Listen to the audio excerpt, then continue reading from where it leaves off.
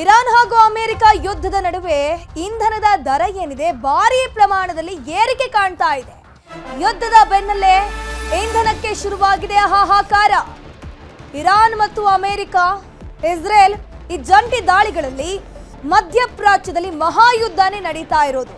ಬರೀ ಆ ರಾಷ್ಟ್ರಗಳಲ್ಲೂ ಮಾತ್ರ ಅಲ್ಲ, ಅಕ್ಕಪಕ್ಕದ ರಾಷ್ಟ್ರಗಳಲ್ಲೂ ಕೂಡ ದಾಳಿಗಳಾಗ್ತಾ ಇದೆ. ಇದರಿಂದಾಗಿ ಇಂಧನದ ಅಭಾವ ಶುರುವಾಗಿದೆ. ವ್ಯಾಟ್ ಹೆಚ್ಚಳ ಮಾಡಿದೆ ಹಿಮಾಚಲ ಪ್ರದೇಶ ಸರ್ಕಾರ. ವ್ಯಾಟ್ ತಿದ್ದುಪಡಿ ಬಿಲ್ ಅನ್ನು ಅಂಗೀಕರಿಸಿದೆ ಹಿಮಾಚಲ ಪ್ರದೇಶದ ಸರ್ಕಾರ. ವಿಧವೆ ಮತ್ತು ಅನಾಥ ಸೆಸ್ ವಿಧಿಸೋಕೆ ಸರ್ಕಾರ ಒಪ್ಪಿಗೆಯನ್ನ ಸೂಚಿಸಿದೆ. ಕಾಂಗ್ರೆಸ್ ಸರ್ಕಾರದ ಈ ನಿರ್ಧಾರಕ್ಕೆ ಬಿಜೆಪಿ ನಾಯಕರು ಆಕ್ರೋಶ ವ್ಯಕ್ತಪಡಿಸ್ತಾ ಇದ್ದಾರೆ. ಸೆಸ್ ಅನ್ನು ಜಾರಿಗೆ ತರ್ತಾ ಇದ್ದಾರೆ. ನಿರ್ಧಾರವನ್ನ ಸಮರ್ಥಿಸಿಕೊಂಡಿದ್ದಾರೆ ಹಿಮಾಚಲ ಪ್ರದೇಶದ ಸಿಎಂ ಸುಕು.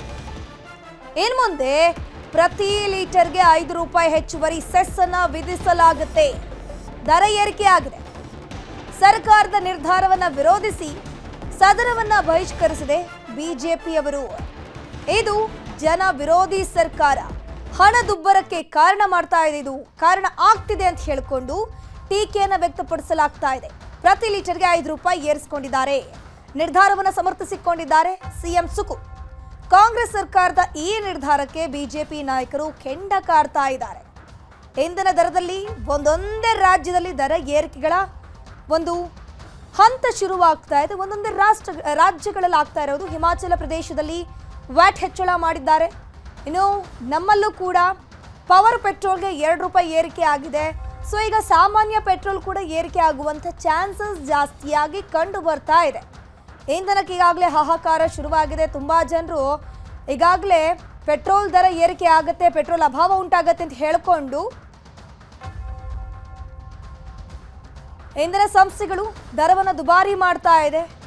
ಹಾಹಾಕಾರ ಶುರುವಾಗಿ ಈಗ ಪೆಟ್ರೋಲ್ ಬಂಕ್ ಮುಂದೆ ನೂರಾರು ಜನರು ಬಂದು ಕ್ಯೂನಲ್ಲಿ ನಿಲ್ತಾ ಇದ್ದಾರೆ. ಒಂದು ದರ ಏರಿಕೆ ಆಗುವಂಥ ಚಾನ್ಸಸ್. ಇನ್ನೊಂದು ಕಡೆ ಯುದ್ಧದ ಎಫೆಕ್ಟ್ನಿಂದಾಗಿ ಇಂಧನವೇ ಸಪ್ಲೈ ಆಗುವಂಥದ್ದು ಬಂದ್ ಆಗೋ ಕಾರಣದಿಂದಾಗಿ ಬೆಳಗಾವಿಯಲ್ಲಿ ಪೆಟ್ರೋಲ್ ಡೀಸೆಲ್ಗೆ ಪರದಾಟ ಶುರುವಾಗಿದೆ. ಪೆಟ್ರೋಲ್ ಬಂಕ್ ಮುಂಭಾಗದಲ್ಲಿ ನೋ ಸ್ಟಾಕ್ ಬೋರ್ಡ್ ಅನ್ನು ಹಾಕಲಾಗಿರೋದು ಗಮನಿಸ್ತಾ ಹೋಗ್ಬೋದು. ಗ್ಯಾಸ್ ಸರದಿ ಆಗೋಯ್ತು, ಈಗ ಪೆಟ್ರೋಲ್ ಸರದಿ. ಪೆಟ್ರೋಲ್ ಬಂಕ್ ಮುಂಭಾಗದಲ್ಲಿ ನೋ ಸ್ಟಾಕ್ ಬೋರ್ಡ್ ಕಾಣಸಿಗುತ್ತಾ ಇದೆ.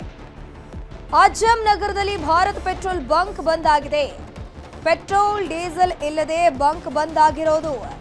ಪೆಟ್ರೋಲ್ ಡೀಸೆಲ್ ಸಿಗದೆ ಜನರು ಪರದಾಟವನ್ನು ನಡೆಸ್ತಾ ಇದ್ದಾರೆ. ಬೆಳಗಾವಿಯ ಸರದಿ ಇದು. ಪೆಟ್ರೋಲ್ ಡೀಸೆಲ್ ಸಿಗ್ತಾ ಇಲ್ಲ ಅಂತ ಹೇಳ್ಕೊಂಡು ಎಲ್ಲರೂ ಕೂಡ ಈಗ ಪೆಟ್ರೋಲ್ ಬಂಕ್ನತ್ತ ಧಾವಿಸ್ತಾ ಇದ್ದಾರೆ. ಬಟ್ ಪೆಟ್ರೋಲ್ ಬಂಕ್ಗೆ ಬಂದು ನೋಡಿದ್ರೆ ನೋ ಸ್ಟಾಕ್ ಬೋರ್ಡ್ ಏನಿದೆ ರಾರಾಜಿಸ್ತಾ ಇದೆ. ಗ್ಯಾಸ್ ಅಭಾವ ಯಾವ ರೀತಿ ಉಂಟಾಯಿತು ಅಂತ ನಾವೆಲ್ಲರೂ ಕೂಡ ಕಣ್ಣಾರೆ ನೋಡಿದ್ವಿ. ಪಿಜಿಗಳು ಬಂದಾಯ್ತು, ಅಲ್ಲಿ ಊಟಗಳು ಬಂದಾಯ್ತು, ಹೋಟೆಲ್ಗಳಲ್ಲಿ ಕೆಲವೊಂದು ಹೋಟೆಲ್ಗಳು ಬಂದಾಗ್ತಾ ಬಂತು, ಹಾಸ್ಟೆಲ್ನಲ್ಲಿ, ವೃದ್ಧಾಶ್ರಮಗಳಲ್ಲಿ, ಅನಾಥಾಶ್ರಮಗಳಲ್ಲಿ ಯಾವ ರೀತಿ ತೊಂದರೆ ಉಂಟಾಯಿತು ಗ್ಯಾಸ್ನಿಂದಾಗಿ ಅಂತ ನಾವು ನೋಡ್ತಾನೆ ಇದ್ದೀವಿ. ಈಗಲೂ ಕೂಡ ಗ್ಯಾಸ್ ಅಭಾವ ಮುಂದುವರೆದಿದೆ. ಸಮಸ್ಯೆಗಳು ಪ್ರತಿದಿನ ಒಂದೊಂದೇ ಉದ್ಭವ ಆಗ್ತಾ ಇರೋದು. ಈಗ ಪೆಟ್ರೋಲ್ನ ಸರದಿ. ಎಲ್ಲರೂ ಕೂಡ ಮಧ್ಯಪ್ರಾಚ್ಯದಲ್ಲಿ ಯುದ್ಧ ಆರಂಭ ಆದಾಗ ಪೆಟ್ರೋಲ್ ಡೀಸೆಲ್ ಅಭಾವ ಆಗುತ್ತೆ ಅಂತ ಅನ್ಕೊಂಡಿದ್ರು. ಬಟ್ ಗ್ಯಾಸ್ ಅಭಾವ ಶುರುವಾಗಿತ್ತು. ಈಗ ಪೆಟ್ರೋಲ್ ಅಭಾವ ಕೂಡ ಈಗ ಶುರುವಾಗ್ತಾ ಇದೆ. 1 ಅವರ್ ಆಯ್ತು ಈಗ ಅವಾಗಿಂದ ವೇಟ್ ಮಾಡೋಕೈತಿ. ಎಲ್ಲೂ ಪೆಟ್ರೋಲ್ ಸಿಗ್ತಾ ಇಲ್ಲ ಬೆಳಗಾಮದಲ್ಲಿ. ಈ ಥರ ಆದರೆ ಕೆಲಸಕ್ಕೆ ಹೋಗೋದು ಹೆಂಗು, ಯಾವ ಥರ ಏನು ಮಾಡೋದು?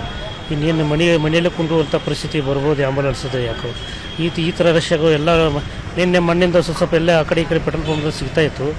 ಈಗ ನೋಡಿದ್ರೆ 1 ಅವರ್ ಆದರೂ ನಂಬರು ಕ್ಯೂದಲ್ಲಿ ನಿಂತ್ಬಿಟ್ಟು ಹಚ್ಬೇಕು. ಅದು ಒಂದೊಂದು ಪೆಟ್ರೋಲ್ ಪಂಪಲ್ಲಿ ಇದೆ, ಒಂದೊಂದು ಪೆಟ್ರೋಲ್ ಪಂಪಲ್ಲಿ ಇಲ್ಲ. ಈ ಥರ ಆಗಿಬಿಟ್ರೆ ಕೆಲಸ ಬಿಟ್ಟು ಮನೇಲಿ ಕೊಡಬೇಕಾಗತ್ತೆ.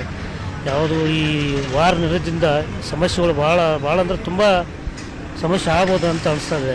ಇವಾಗಲೇ ಸ್ಟಾರ್ಟ್ ಆಗಿದೆ ಅನಿಸುತ್ತೆ ನಮಗೆ.